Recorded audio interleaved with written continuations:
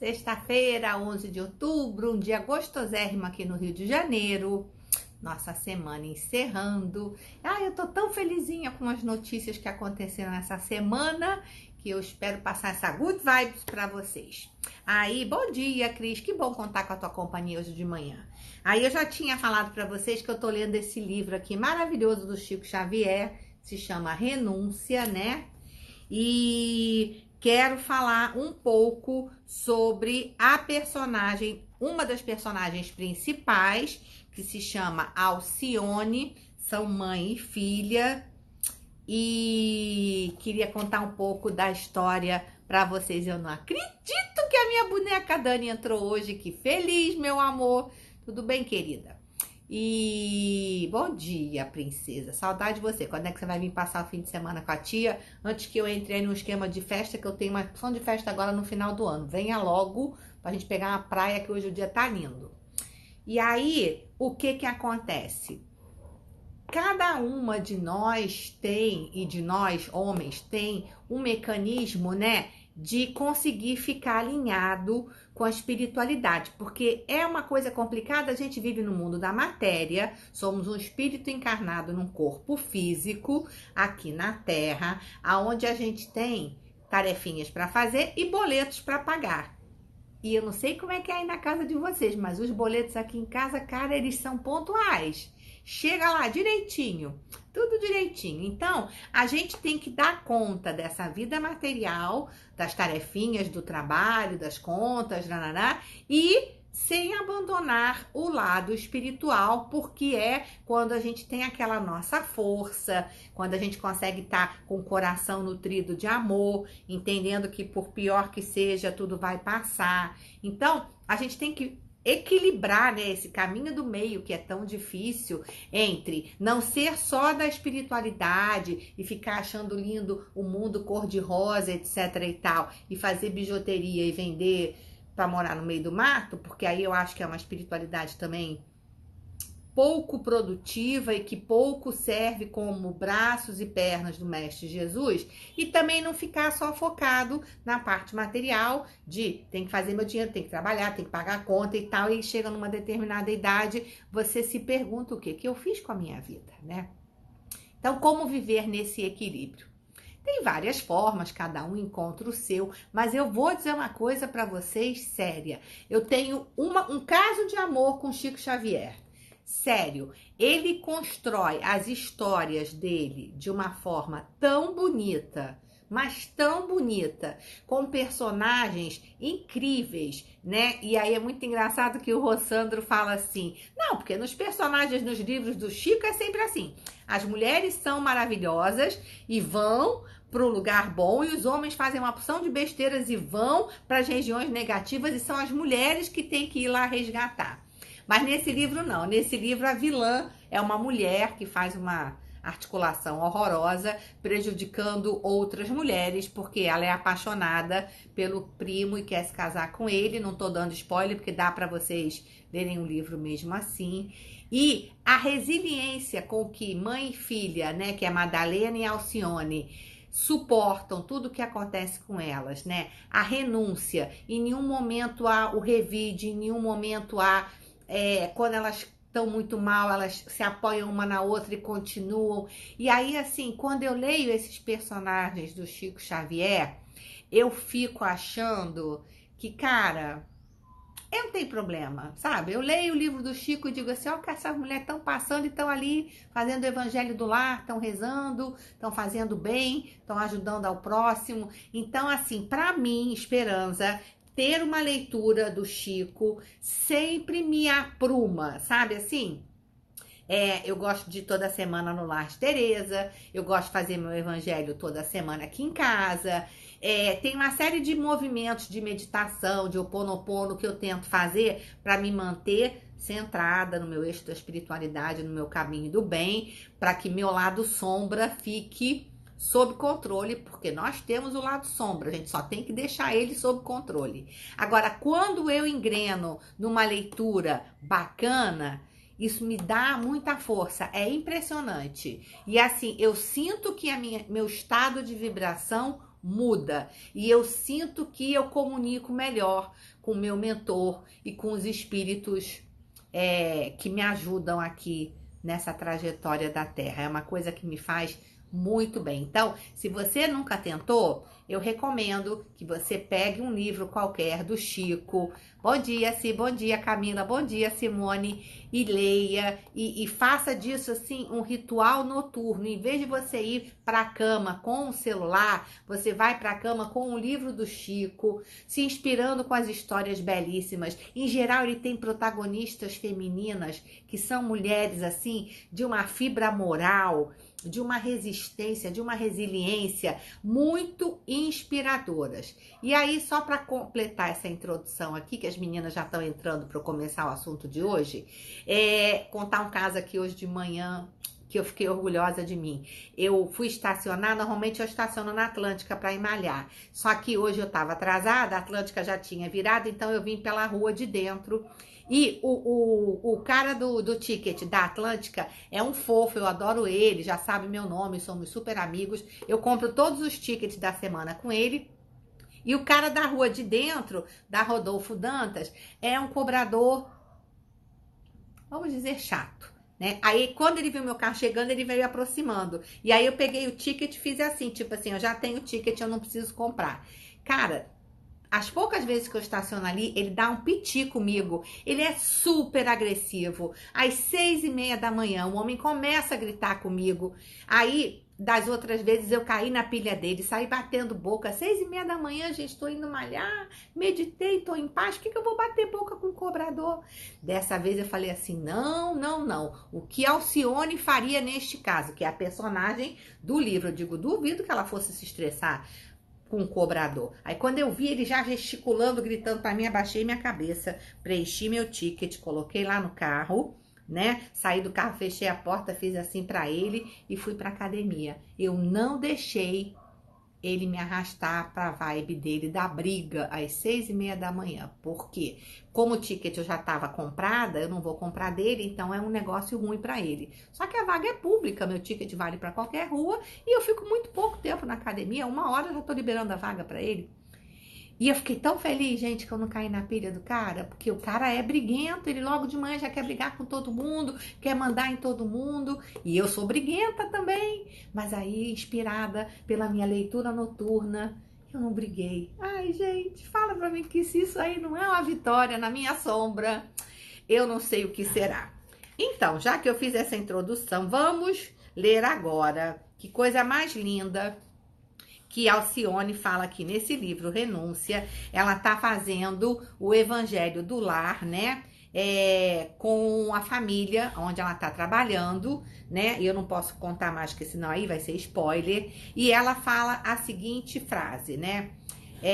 Lá na Espanha, porque ela volta para Paris, ela tinha morado na Espanha. Lá na Espanha, explicou a jovem delicadamente, líamos apenas um versículo de cada vez, e esse mesmo não raro fornecia cabedal de exame e iluminação para outras noites de estudo. Chegamos à conclusão de que o Evangelho, em sua expressão total, é um vasto caminho ascensional, cujo fim não poderemos atingir legitimamente sem conhecimento e aplicação de todos os detalhes. Então, ela está dizendo que ela prefere pegar um pedacinho do Evangelho e aprofundar, né? Agora, eu acho bonito como ela fala, o Evangelho em sua expressão total é um vasto caminho ascensional. Aquilo que a gente falou ontem sobre o Evangelho e durante a semana também, que ou a gente está na ascendente, elevando o nosso espírito, ou nós estamos na descendente, que a gente tem que buscar o tempo todo manter a nossa elevação espiritual. Aí ela fala assim, a mensagem do Cristo precisa ser conhecida, meditada, sentida e vivida. Nessa ordem de aquisições, não basta estar informado. Um preceptor do mundo nos ensinará a ler. O mestre, porém, nos ensina a proceder, tornando-se-nos, portanto, indispensável a cada passo da existência. Eis porque, executados os versículos de saudação apostólica, qualquer dos demais conterá ensinamentos grandiosos e imorredouros, que independem conhecer e empregar a benefício próprio. Então, o que ela está falando aqui? Não basta ler o evangelho e fazer o evangelho do lar. A gente tem é que proceder, a gente tem é que praticar, a gente tem é que fazer a nossa reforma íntima e domar nosso lado sombrio que todos nós ainda temos, para que a nossa índole boa floresça cada vez mais e a gente não se deixe sucumbir pelos nossos maus pendores, né, gente? Maus pendores é coisa que vó falava, né? Mas é verdade. Bom dia, Dianara, tudo jóia? E aí, ela fala uma coisa tão bonita que ela fala assim: a infância, a mocidade e a decrepitude, em seu aspecto de transitoriedade, não pode representar a vida. São fases de luta, demonstrações da sagrada oportunidade concedida por Deus para nós expurgarmos da grosseria dos sentimentos, da crosta da imperfeição. Então eu vou ler de novo, né? Porque quando a gente está aqui encarnado, nessa vida, nesse momento no planeta Terra, a gente vai passar pela infância, pela mocidade, pela decrepitude, né? E que tudo isso é transitório. Não representa a vida, no sentido de que nós temos muitas outras vidas. São fases de luta, demonstrações da sagrada oportunidade concedida por Deus para nos expurgarmos da grosseria dos sentimentos, da crosta de imperfeição. Então, como o nosso objetivo final é um dia chegar e ganhar o diploma de Deus de espírito perfeito, nós ainda estamos no mundo primitivo, nós ainda somos muito imperfeitos, e aí a gente tem que se livrar dessa grosseria dos sentimentos, né? E dessa crosta de perfeição. Não é lindo isso? E aí, para encerrar, eu queria, quando ela acaba de fazer o evangelho todo, bom dia, Kiko, tudo bem? Quando ela acaba de fazer o evangelho todo, que ela faz a saudação final, olha que parágrafo lindo que ela faz durante o evangelho dela. Agora, agradeçamos a Deus o socorro que nos foi enviado através da inspiração. As mais das vezes temos a certeza de que devemos, em grande parte, o pão material ao próprio esforço. Mas o mesmo não se dá com relação ao alimento espiritual. Este nos vem sempre de Deus, do seu paterno coração, que nos cumula de infinitos recursos.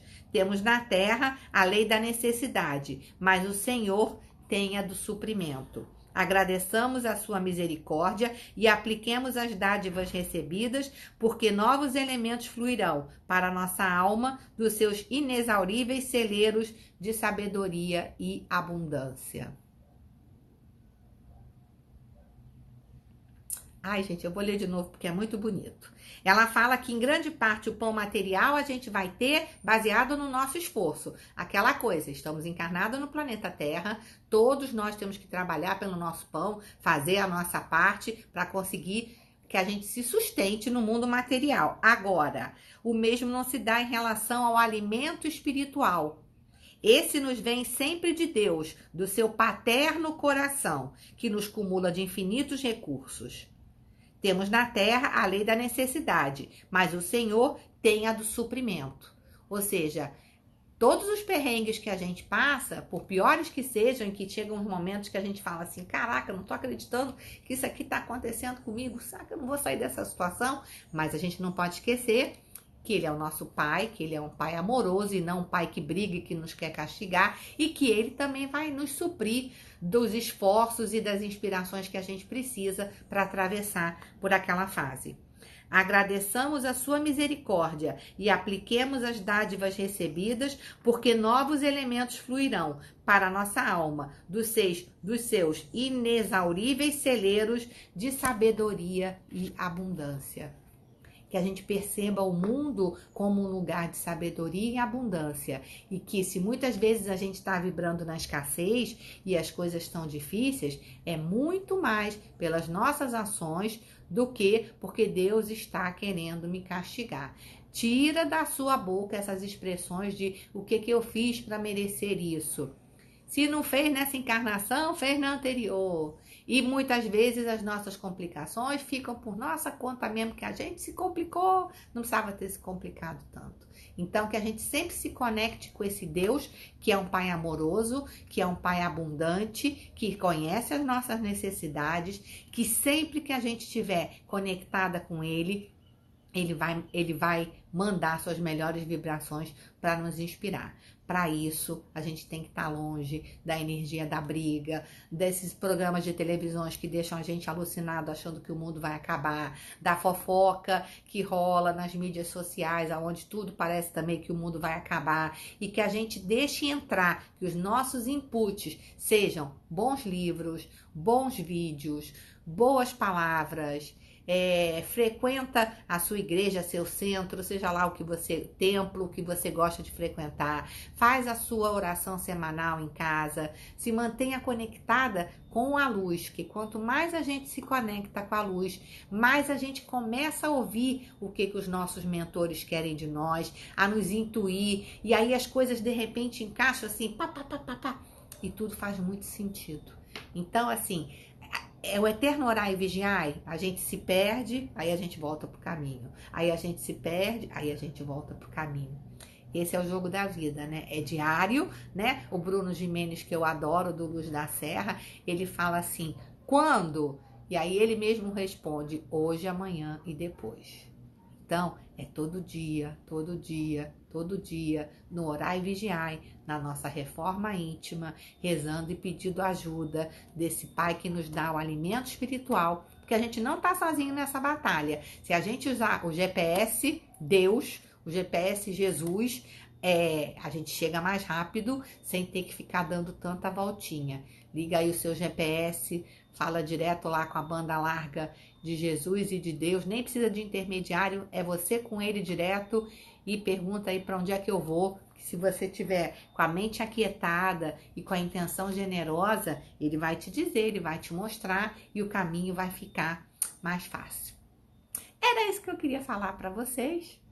E nas pequenas vitórias, assim, naquelas bobagenzinhas, assim, de não brigar com o cobrador às 6:30 da manhã, eu sei que eu preciso orar e vigiar, porque senão aflora em mim a esperança que briga e eu não quero ser essa pessoa, eu quero ser a esperança zen do Pílulas o dia inteiro, né? Então, para manter esse estado o dia inteiro, é muito orar e vigiar, porque dentro de mim mora uma esperança briguenta e eu não quero que ela fique por aí dando vexame no meio da rua, que isso é cafona, entre outras coisas. Beleza? Então é isso. Um beijo enorme, um excelente fim de semana para nós todos e nós todas. Adorei a companhia. Beijo, Si, fica com Deus. Beijo, Kiko, Camilinha, Indianara. Adorei que Danizinha entrou hoje. Cris, um beijo enorme, muita força. E a galera que me assiste no Reprise, depois no YouTube. Um beijo enorme, uma sexta-feira linda, um fim de semana maravilhoso. Voltamos segunda-feira. Sempre no orar e vigiar, sempre buscando a nossa evolução e sempre a gente querendo ser a nossa melhor versão. Quando, como diz o Bruno Gimenez, hoje, amanhã e depois. Beleza? Beijo grande, fiquem com Deus. Simone, não falei com você. Beijo enorme, que feliz que você entrou hoje de novo. Beijo grande, fiquem com Deus. Até segunda-feira. Bom fim de semana. Tchau.